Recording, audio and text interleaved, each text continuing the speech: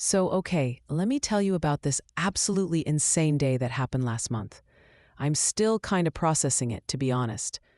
Like, you know those moments where you walk into something and you're just like, what the hell is going on?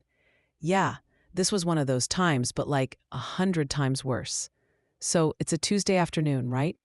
I'd just gotten off work early because my boss was in this weirdly good mood and basically told everyone to just get out of there. I wasn't going to argue with that. You know what I mean? So I'm driving home and I'm thinking maybe I'll stop by my sister Emma's place because I haven't seen her in like 2 weeks and I've been feeling kind of guilty about it. Emma's my older sister by 3 years. She's 32, I'm 29. We've always been pretty close, you know? Not like those siblings who fight all the time or whatever. We actually like hanging out together. She's got this amazing husband, Dave, who's honestly one of the nicest guys I've ever met. Like, genuinely nice, not fake nice. And they've got this kid, my nephew Tyler, who just turned 7 and is basically the cutest thing on the planet. Anyway, so I'm driving over there and I shoot Emma a quick text like, hey, I'm coming by in 15. You home? And she doesn't text back, which is kind of weird because she's usually glued to her phone, but whatever. I figure she's probably just busy with Tyler or something. I pull up to their house. They've got this nice little place in the suburbs with a blue front door that Emma picked out because she said it reminded her of the ocean or whatever. And I notice Dave's car isn't in the driveway. That's normal though. He usually gets home around 6 or 7. I park on the street and walk up to the front door. And here's where things start getting weird. I can hear something through the door. Like crying. Not like a kid crying 'cause they scraped their knee or something. But like adult crying. That heavy, gut-wrenching kind of sobbing that makes your chest hurt just hearing it. And I'm standing there thinking, oh my God, what happened? I knock on the door, and there's this long pause where the crying just stops completely. Then I hear footsteps, and the door opens just a crack. It's Tyler, my nephew, and his eyes are all red and puffy, like he's been crying too. My heart just drops into my stomach, you know? Hey, buddy, I say, trying to keep my voice calm, even though I'm totally freaking out inside. What's going on? Where's your mom? And Tyler just looks at me with these big watery eyes and says, she's in her room. She's really sad, Auntie. So I push the door open a little more and step inside, and Tyler just kind of backs away and lets me in. The house is weirdly quiet, except for the sound of someone crying from upstairs. Everything looks normal. Toys scattered around the living room, dishes in the sink, Tyler's backpack by the stairs. But there's this heavy feeling in the air. You know what I mean? Like something's really, really wrong. Tyler, sweetheart, what happened? I ask him, crouching down so I'm at his eye level. He looks down at his feet and starts crying again. These quiet little hiccup sobs that just break your heart. It's my fault, he whispers. It's my fault she wants to leave. And I'm just standing there like, wait, what? Who wants to leave? Your mom? But before I can say anything else, Tyler runs past me and goes out into the backyard, and I'm left standing in their hallway completely confused and scared out of my mind. I head upstairs and the crying's getting louder. I follow it to Emma and Dave's bedroom, and the door's closed. I knock softly and say, Emma, it's me. Can I come in? There's a pause, then this shaky voice says, yeah. I open the door. And oh my God, you guys, Emma's sitting on the floor next to her bed, and she looks absolutely destroyed. Her hair's a mess, her face is all red and blotchy. There's used tissues everywhere, and she's just hugging her knees to her chest and sobbing. I've never seen my sister like this. Not when our grandma died. Not when she had that miscarriage 3 years ago. Not ever. I immediately rush over and sit down next to her on the floor, and I just put my arm around her and pull her close. She leans into me and just keeps crying, and I'm sitting there rubbing her back like, it's okay, I'm here. but honestly, I have no idea what's going on or if anything's actually going to be okay. We sit there for probably like 10 minutes before she calms down enough to talk. Her voice is all hoarse and shaky when she finally speaks. "Dave wants a divorce," she says, and my whole world just stops. "What?" I say, 'cause I genuinely can't believe what I'm hearing. "Emma, what are you talking about? Dave loves you. You guys are like the perfect couple." She shakes her head and wipes her nose with yet another tissue. "No, we're not. We haven't been for a while, I guess. I just didn't want to see it." So she starts telling me everything, and I'm just sitting there trying to process it all. Apparently, things have been rough between them for like the past year. Dave's been working crazy hours at his new job, and Emma's been home with Tyler all the time, and they just kind of stopped connecting, you know? They weren't fighting or anything dramatic like that. They just became like roommates who happened to have a kid together. Emma says she tried talking to Dave about it a few months ago, suggesting they go to couples therapy or take a vacation together or something, but he kept brushing it off. He'd say he was too busy with work or that they were fine and didn't need therapy.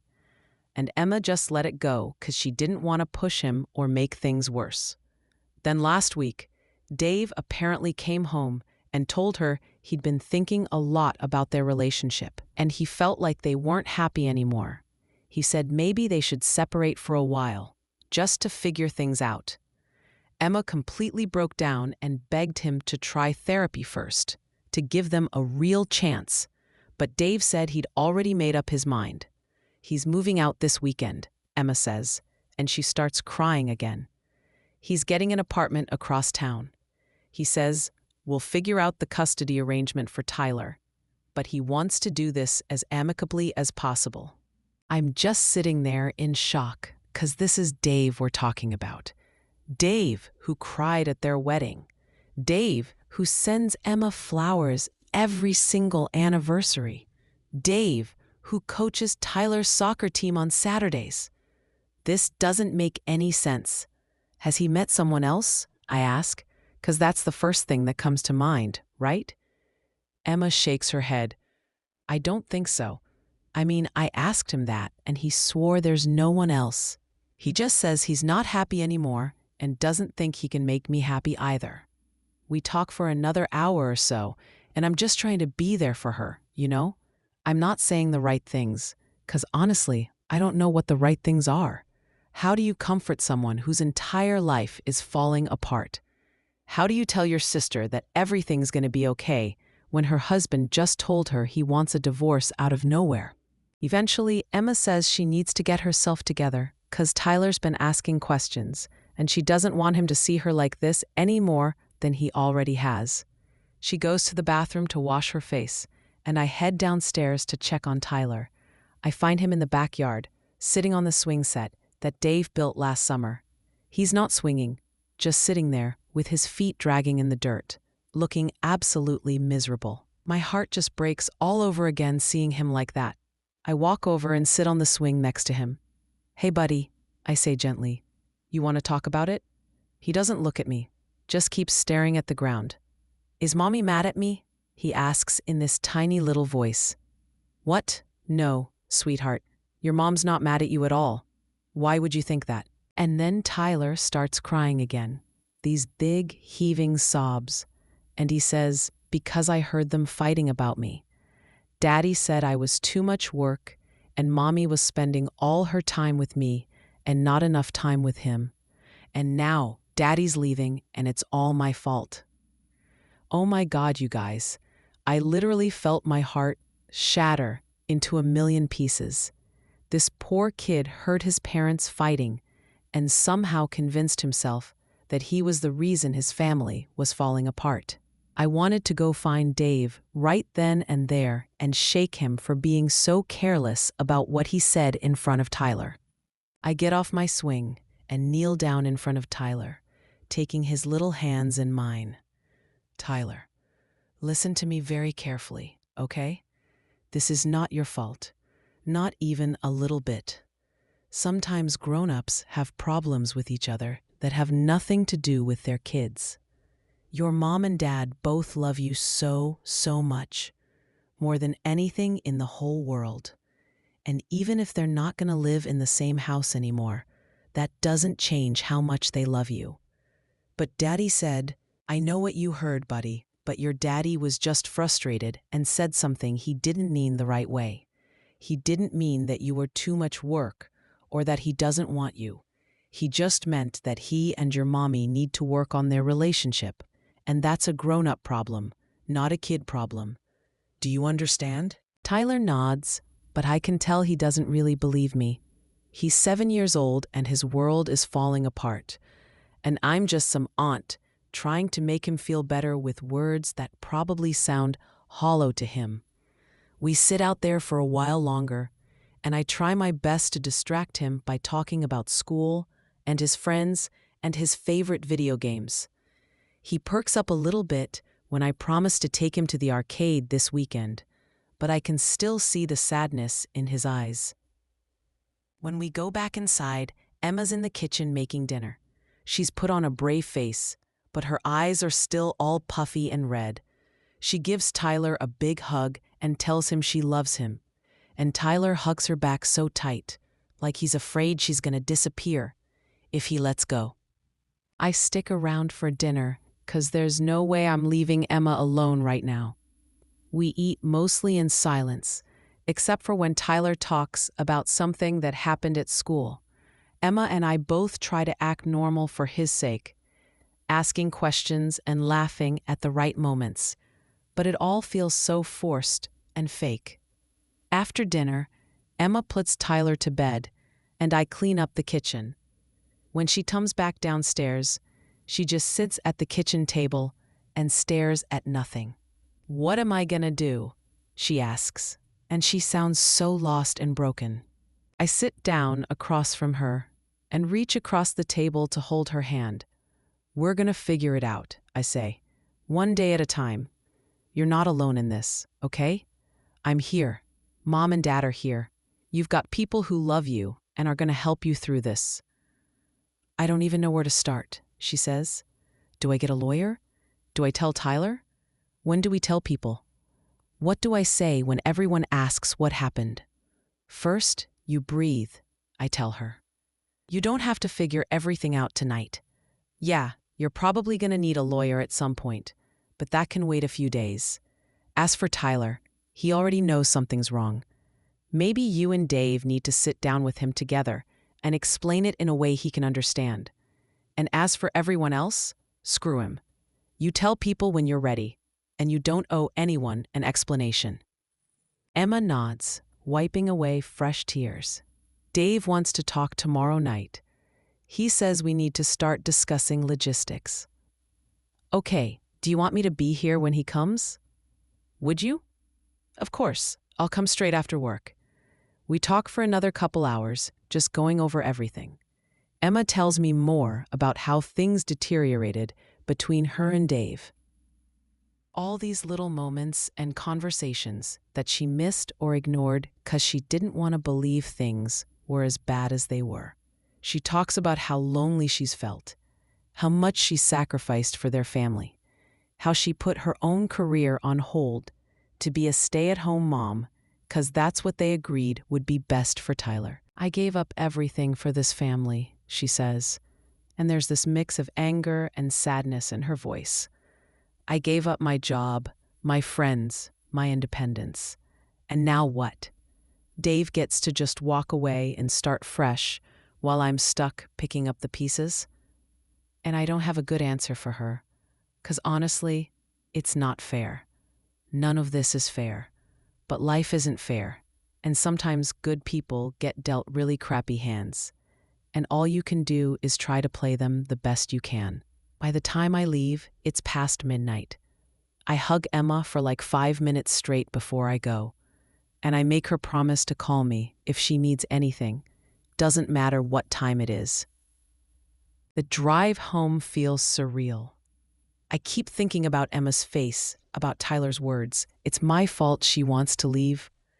About how quickly everything can just fall apart. Like yesterday they were a normal family, and today everything's in ruins. I barely sleep that night. I keep checking my phone to make sure Emma hasn't texted or called, and I keep replaying the whole evening in my head. At some point around 3 in the morning, I start crying too because I'm just so sad for my sister and so angry at Dave and so worried about Tyler. The next day at work, I'm completely useless. I can't focus on anything. My boss asks if I'm feeling okay, and I just tell him I'm dealing with some family stuff. He's cool about it and tells me to take whatever time I need. I text Emma throughout the day, just checking in, and she responds with 1 or 2 word answers. Okay, fine, hanging in there. I can tell she's just going through the motions. I leave work at 5 on the dot and drive straight to Emma's house. Dave's car is already in the driveway, and I feel this surge of anger when I see it. Part of me wants to march in there and yell at him. Ask him what the hell he's thinking. Tell him he's making the biggest mistake of his life. But I know that won't help anything. I text Emma that I'm outside, and she comes to the door to let me in. Dave's in the living room, and Tyler's upstairs in his room. Emma and Dave have already had the talk with Tyler, explaining that Daddy's gonna live in a different house, but they both still love him very much, and nothing's gonna change about that. How'd he take it? I ask Emma quietly. She shrugs, her eyes filling with tears again. About as well as you'd expect. He cried, asked if it was his fault again, asked if he could still see Dave. Dave told him of course he could, that he'd see him all the time. Then Tyler just went up to his room and hasn't come out since. Dave and Emma spend the next couple hours discussing logistics, while I mostly just sit there as moral support. They talk about splitting time with Tyler, about finances, about the house. About all these practical things that need to be figured out when two people untangle their lives from each other. Dave's actually being pretty reasonable about everything, which almost makes it worse in a way. He's not being cruel or vindictive, he's just done. He's checked out emotionally, and you can see it in the way he talks about everything so calmly and rationally, like he's discussing a business transaction rather than the end of his marriage. At one point, Emma just breaks down and asks him, "How did we get here? When did you stop loving me?" And Dave looks genuinely sad when he says, "I don't know that I ever stopped loving you, Em. I just don't think I'm in love with you anymore. And I don't think you're in love with me either. Not really. We've been coasting for so long, just going through the motions. I think we both deserve more than that." Emma doesn't have a response to that. What can you say, you know? The conversation wraps up around 9, and Dave says he's going to start moving his stuff out this weekend. He goes upstairs to say goodnight to Tyler, and I can hear Tyler crying and begging Dave not to go. It's absolutely heartbreaking. When Dave comes back down, his eyes are red too, whatever you might think about him for leaving. He clearly does love his son, and this is tearing him up too. After Dave leaves, Emma just collapses on the couch. She doesn't cry this time.